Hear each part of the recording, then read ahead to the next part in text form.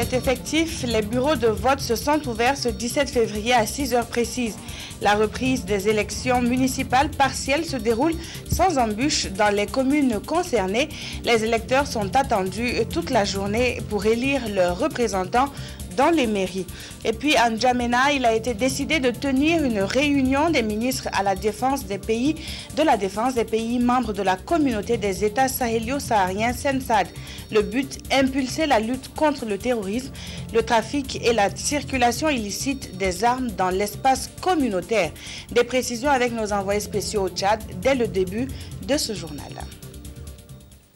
Mesdames, Messieurs, bonjour et bienvenue au 13h15 de la télévision du Burkina. Et nous prenons la direction de N'Djamena au Tchad où s'est tenu un sommet extraordinaire des chefs d'État et de gouvernement de la CENSAD. Après la disparition du guide de la révolution libyenne, il s'est avéré nécessaire de reconfigurer la communauté des États sahélio-sahariens pour qu'elle soit plus efficace et plus proche des préoccupations des populations. L'essentiel des travaux avec nos envoyés spéciaux à N'Djamena, Alidou Badini et Amadou Ardodiko.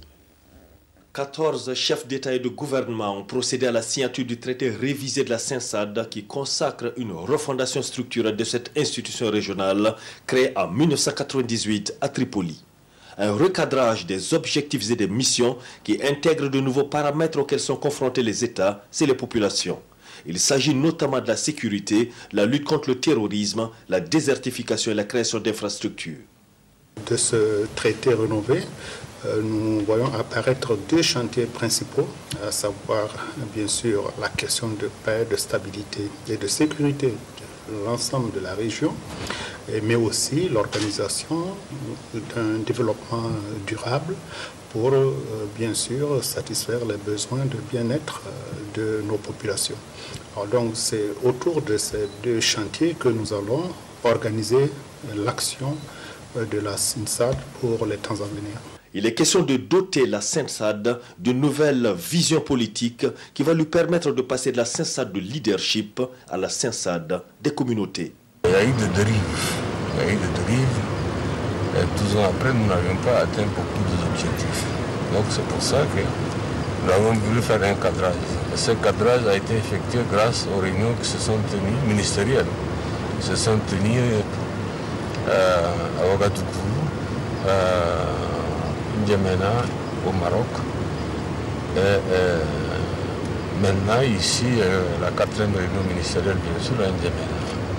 Ces réunions ont fait un cadrage. Nous avons donc révisé le traité d'une manière très claire et très visible en fixant bien les objectifs à atteindre. C'est vraiment l'intégration de cette sous-région qui est géographiquement, vous savez, un peu particulière et qui a aujourd'hui vu des problèmes assez graves. Pas d'insécurité seulement, mais de la menace de l'avancée du désert avec le changement climatique, tout ce que nous connaissons comme difficultés en matière de sécurité alimentaire, de développement, d'échanges et autres. Nous estimons que cet espace qui regroupe beaucoup de pays africains peut être un espace qui ont les mêmes besoins, les mêmes objectifs, un espace qui peut être construit et aider même à aller plus loin l'Union africaine dans ses objectifs d'intégration. La conférence de N'Djamena a permis de recentrer les objectifs de la CENSAD par la révision structurelle de cette institution, avec de nouveaux défis liés à l'environnement et à la paix, à travers la création d'instances chargées du développement durable, la sécurité et de la paix. La CENSAD affiche une nouvelle perspective qui se veut plus efficace, plus dynamique, plus proche des problèmes des États et des populations. Et puis le dossier malien s'est invité à ce sommet extraordinaire de haut niveau.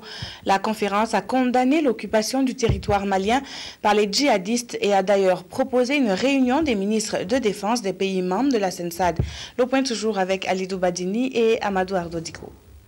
La conférence des chefs d'État de la CENSAD a porté un intérêt particulier sur la crise qui prévaut au Mali. Le président du Faso, après avoir fait un feedback des opérations militaires menées sur le terrain, plaide pour un retour au dialogue, à la médiation, seule alternative réelle et viable de sortie de crise définitive au Mali.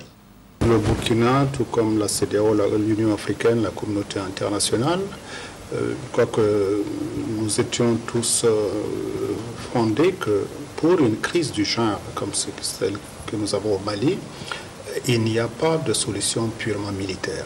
Donc il fallait s'engager dans un processus de dialogue politique pour, bien sûr, par rapport à ces revendications, certes excessives, mais des revendications politiques par les Maliens, il fallait discuter avec ces mouvements pour arriver donc à une solution politique, tout en ayant à l'esprit que des mouvements radicaux qui se sont donc qui ont accompagné l'action politique de ces mouvements, que ces mouvements, bien sûr, extrémistes, radicaux, étaient à détruire.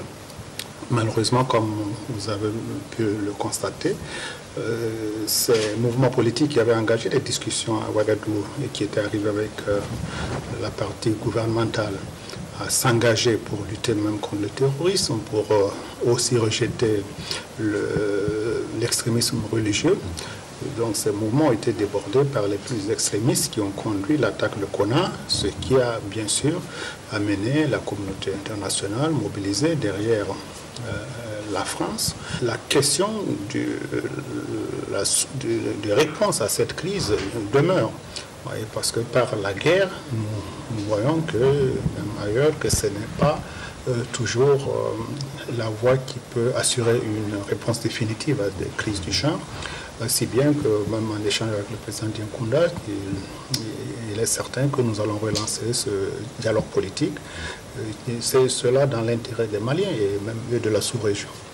Car nous ne voyons pas, nous l'avons toujours dit, et tout le monde est conscient aujourd'hui que cette dimension politique est nécessaire pour que les Maliens puissent se réconcilier, pour que les réfugiés puissent retourner dans leur zone, mais aussi pour que ces mouvements politiques maliens puissent s'associer à l'ensemble de la communauté ouest-africaine pour rejeter complètement, entièrement, donc, les radicaux islamistes qui organisent des actions terroristes dans cet espace-là. Idem pour le président par intérim du Mali qui perçoit le retour à la stabilité institutionnelle à travers la médiation une fois le pays débarrassé des djihadistes.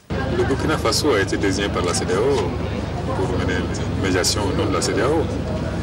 Au niveau du Mali, nous sommes en train de mettre en place une commission de médiation et de réconciliation qui va travailler en relation avec la médiation burkinabé pour arriver à faire en sorte que nous puissions nous mettre autour d'une table et que nous puissions nous entendre. Surtout pour les Maliens, parce qu'il s'agira bien d'un dialogue intermalien. Il n'est pas question pour nous d'aller discuter, d'aller négocier avec des étrangers qui n'ont rien à voir avec les Maliens. Donc ce sera un dialogue intermalien qui sera conduit par la commission de médiation et de réconciliation du Mali en relation avec le Burkina Faso. La CENSAD a salué les efforts financiers et logistiques consentis par les pays membres dans la guerre contre les islamistes et a proposé une rencontre conjointe des ministres en charge de la défense des pays membres pour proposer des stratégies de riposte et de gestion durable et globale contre le terrorisme, les trafics et la circulation illicite des armes. Retour chez nous à présent, et c'est à 6 heures précises que les bureaux de vote de la centaine de communes concernées par la reprise des élections municipales se sont ouverts ce matin. Le constat est fait par une équipe de reportage qui a fait le tour de quelques bureaux de la capitale, mais les organisateurs rencontrés attestent que le processus électoral se déroule normalement. Le point avec Sylvestre Dard. Nous sommes ici dans le bureau de vote numéro 2 au groupe scolaire Saint-Viateur de Ouagadougou. Une heure s'est écoulée depuis le démarrage du scrutin municipal complémentaire et jusque-là, la présidente et ses collaborateurs attendent toujours les électeurs. C'est la même configuration dans la dizaine de bureaux de vote qui composent le site. Aucune file de personnes n'est visible devant les portes. On a ouvert à 6 heures. Pour le moment, les gens viennent un à un. Nous avons commencé à l'heure prévue, mais pour le moment, il n'y a pas d'affluence. On se dit peut-être que c'est parce que c'est dimanche. Après la prière, peut-être après la messe, il y aura de l'affluence, on se dit. Au départ, il y avait une petite affluence, mais actuellement, les gens viennent un. Autre endroit, même décor. Que ce soit à l'école Madrasa au 7h30 ou encore au collège Wenpanga, le processus électoral se déroule normalement, mais timidement.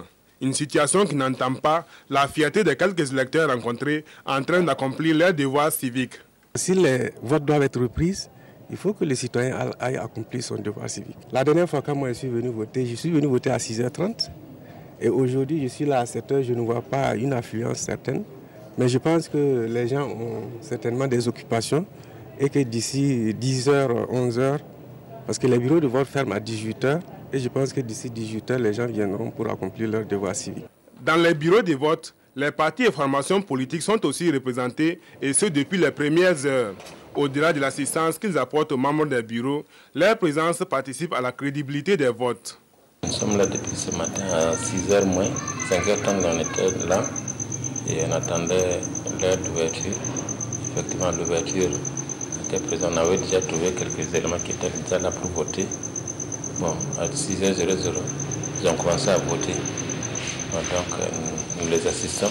Rien d'inattendu, tout se passe normalement pour le moment. Donc, tout va bien si je peux me permettre ainsi. Tous les règlements ont été suivis jusque-là, donc il n'y a aucun problème à ce niveau en tout. Une innovation apportée par la CENI à ces élections municipales complémentaires, c'est la mise en place des postes de renseignement dans les différents sites abritant les bureaux de vote. Quand par exemple un électeur vient comme ça et que sur sa carte c'est mentionné vote numéro 1, bureau de vote numéro 1, et que la personne s'y rend dans la salle et il ne retrouve pas son nom, immédiatement la personne revient nous à notre niveau et nous sommes chargés de chercher le nom de la personne sur nos listes électorales. Pour ces élections complémentaires, 691 bureaux de vote sont répartis dans 102 communes à travers le Burkina. Et 60 partis et formations politiques qui avaient pris part à la compétition le 2 décembre dernier sont concernés. Quelques difficultés, la commission électorale indépendante en a noté lors de sa tournée ce matin dans les bureaux de vote. Le président de la CENI et son équipe se sont par ailleurs assurés de l'ouverture effective des lieux de vote à l'heure indiquée. Jacques Lamisatarpaga a suivi pour nous le déroulement du scrutin dans le 4e arrondissement de Ouagadougou. C'est presque le calme plat. Dans ce bureau de vote au 4e arrondissement de Ouagadougou, sur près de 500 inscrits, 20 électeurs ont voté. Les représentants des partis politiques, il y en a 2 sur 21 partis en lice. Le président de la Commission électorale nationale indépendante et son équipe font le constat et donnent des instructions sur place pour corriger les insuffisances. Globalement, ça se passe assez bien. Les bureaux ont ouvert à l'heure, sauf quelques-uns, un bureau ou deux, où il y avait par exemple un cas où on n'a pas pu avoir la clé. Et donc ils ont ouvert dans les environs de 6h30, mais grosso modo, en tout cas les bureaux ont ouvert à l'heure. Donc on a de bonnes raisons de penser que les choses devraient bien se passer au cours de la journée. Bon, évidemment, vous avez constaté que c'est un peu différent du 2 décembre. C'est-à-dire vous avez constaté qu'il n'y a pas une grande foule, il n'y a pas une grande affluence. Quelqu'un m'a dit tout à l'heure que probablement ce serait que les gens sont à la messe et qu'ils viendraient peut-être après la messe. La veille de ce scrutin au secteur 17 du 4e arrondissement, des irrégularités ont été constatées et la réaction de la CENI ne s'est pas faite attendre.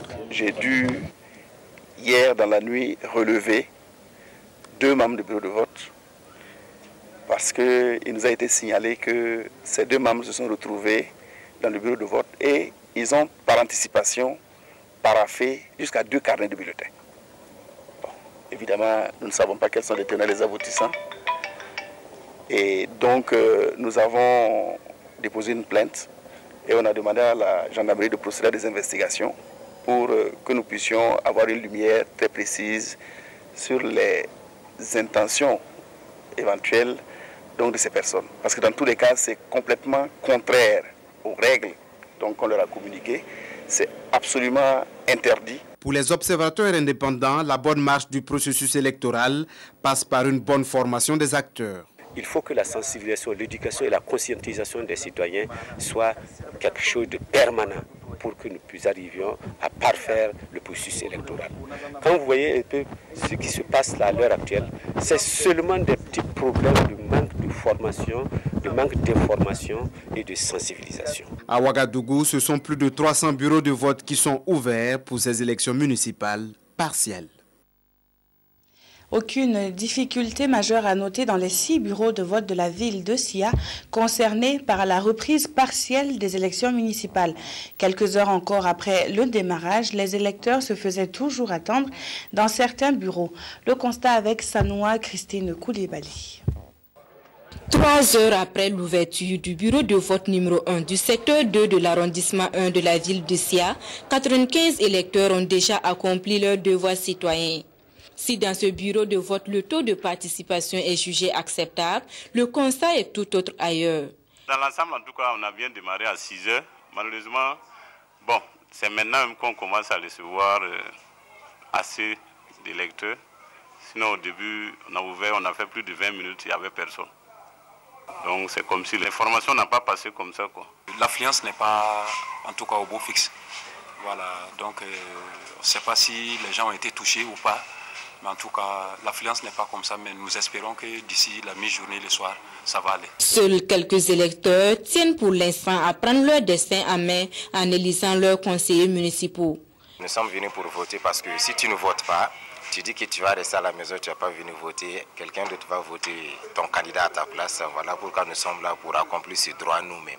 D'une manière générale, ces élections complémentaires se déroulent plutôt normalement de l'avis des responsables des bureaux de vote.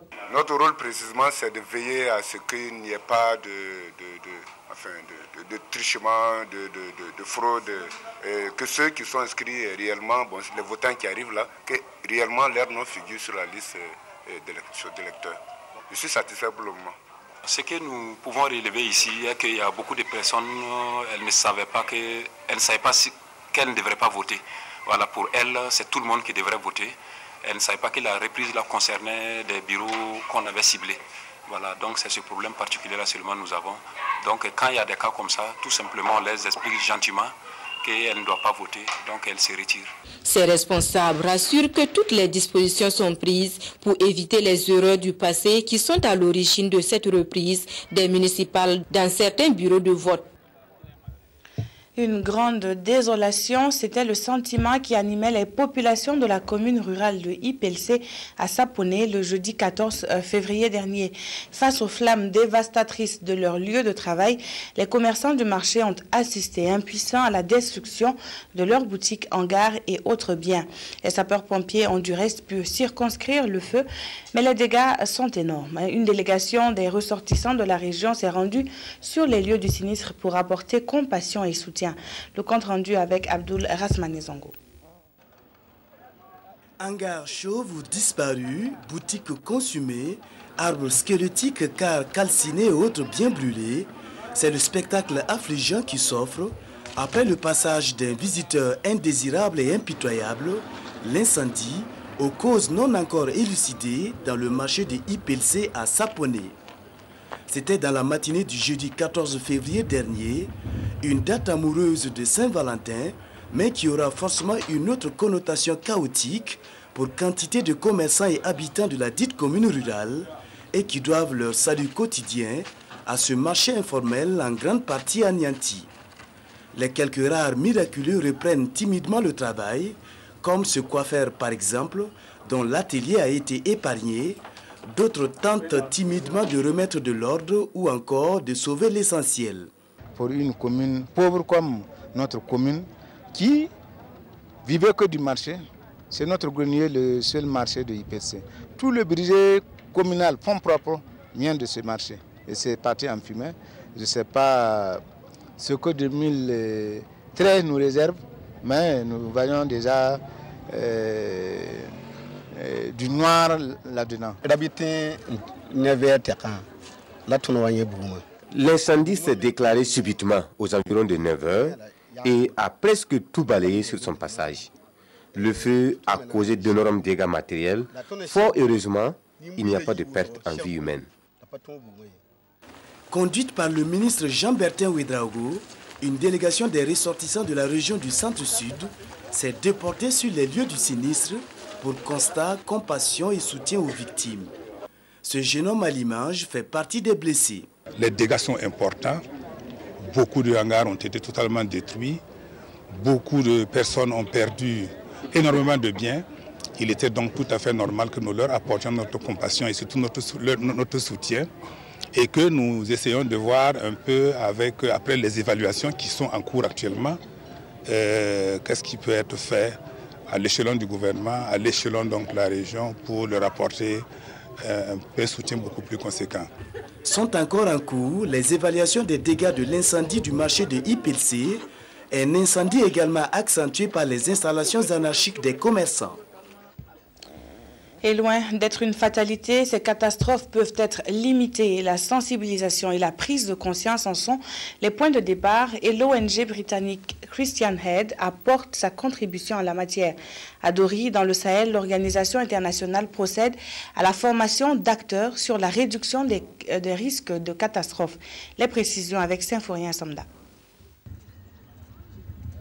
Pour une prise en compte de la vulnérabilité des populations face au changement climatique, et d'assurer une prise en compte des questions de résilience des populations dans les actions de développement local, Christian Aid, à travers l'ODE et l'ATAD, a organisé cet atelier de formation. L'atelier de Dori vise à améliorer les capacités des acteurs à résoudre les problèmes relatifs à la réduction des risques de catastrophes dans la région du Sahel. Chaque année, on vit une catastrophe. Et dans le module que nous avons dispensé, c'est pour faire comprendre aux communautés que les humanitaires ne seront pas là seulement pour gérer les situations d'urgence. Ça veut dire que quand les gens ont tout perdu, quand il y a la catastrophe, il faut appuyer les gens à se relever. Mais il faut penser à aller au-delà. Une fois qu'on a pu relever les gens, il faut réfléchir sur tout ce qui est prévention de ces risques-là. Au cours de cet atelier, il a été question d'informer et de sensibiliser les décideurs locaux sur la réduction des risques de catastrophes et la population sur le partenariat pour la redevabilité humanitaire. La tenue d'un tel atelier vient à point nommé, en ce sens qu'il va permettre aux différents participants de prendre l'ampleur du phénomène et d'être mieux outillés pour faire face aux différentes catastrophes qui surviendront. Les acteurs, à travers des programmes d'urgence, entendent susciter une réponse aux crises et catastrophes qui comprennent des phases de soulagement et de réhabilitation afin de réduire la vulnérabilité des individus vis-à-vis des catastrophes ultérieures. Quelle implication pour une meilleure gestion des ressources naturelles au Burkina Faso? La question est posée aux agents même du département de l'environnement et du développement durable. Le premier responsable du ministère poursuit sa tournée à travers le pays et cette fois il nous amène dans l'est du Burkina où sont valorisés des produits forestiers non ligneux. Frédéric Etienne Bassenga et Jacques Lamissa Tarpaga pour le compte-rendu.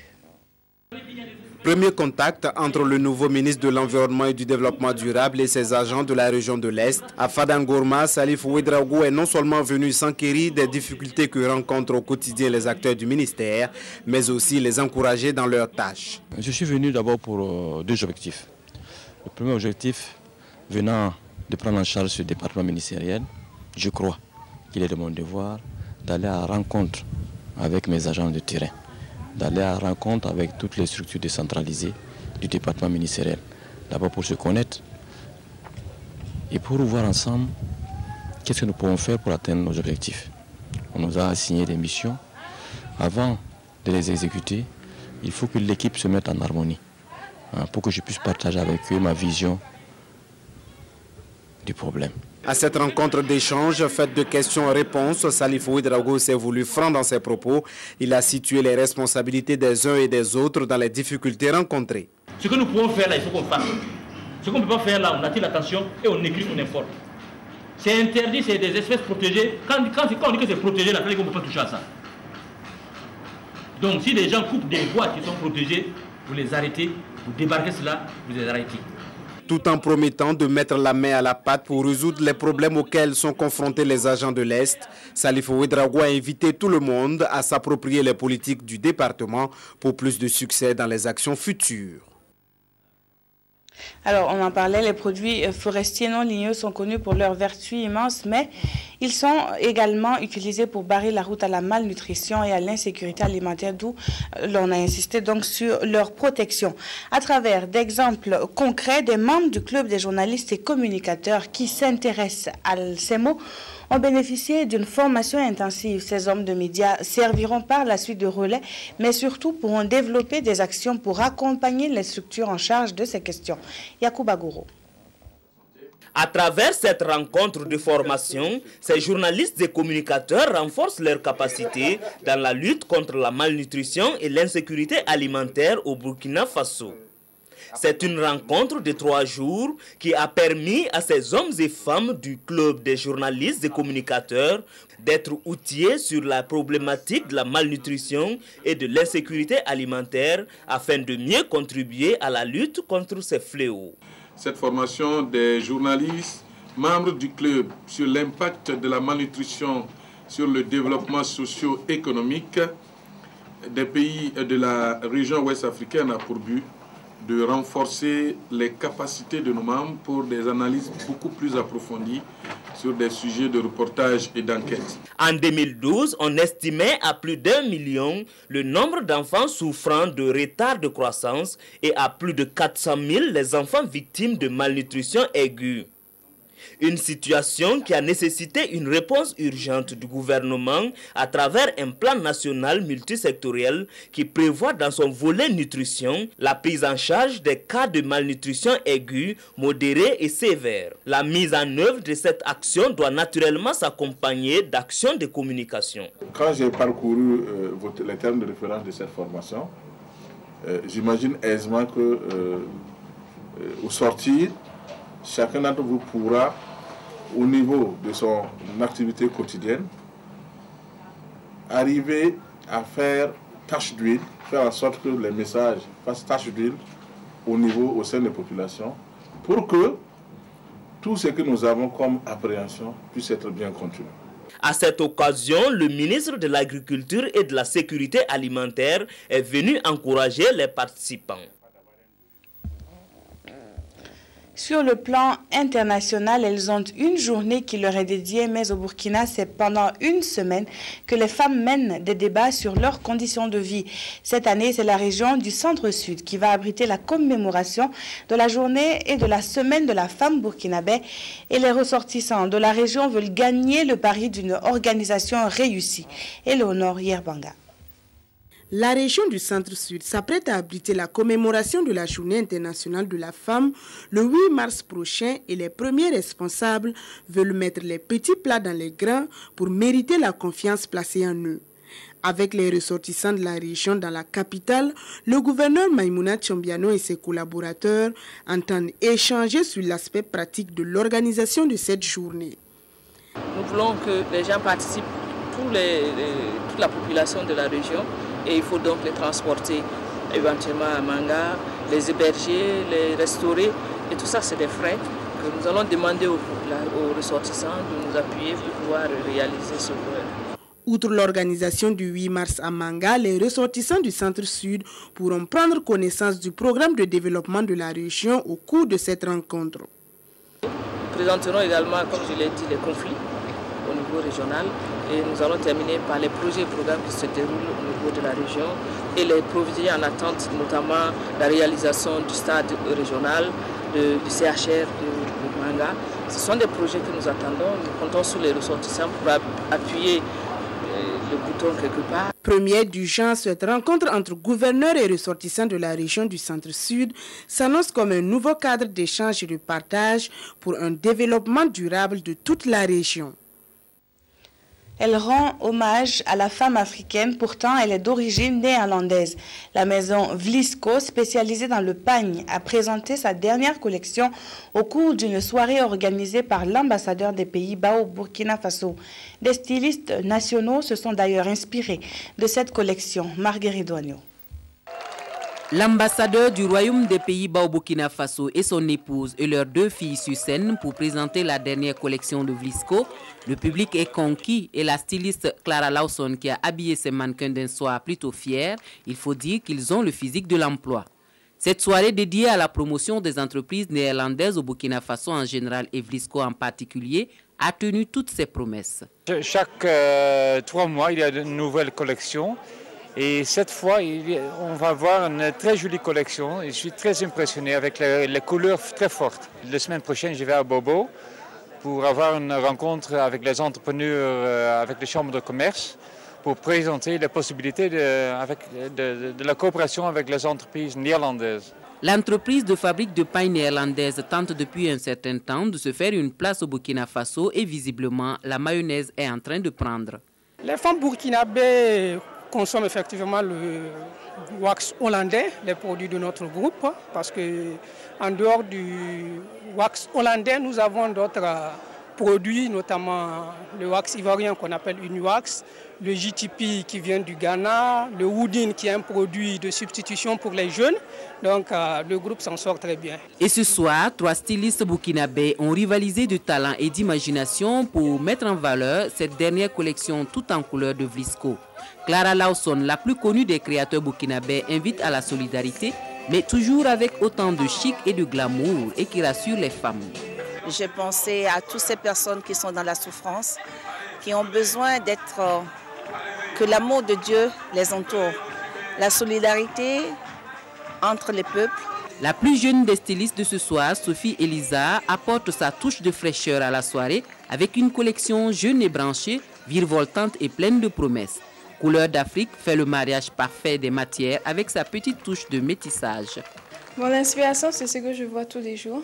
Donc, comme j'ai voyagé ici dans beaucoup de pays, donc c'est ça, je prends les inspirations de là pour faire des nouvelles trucs. Les pailles sont tellement jolies et il y a beaucoup de couleurs, donc ça m'a beaucoup aidé, quoi.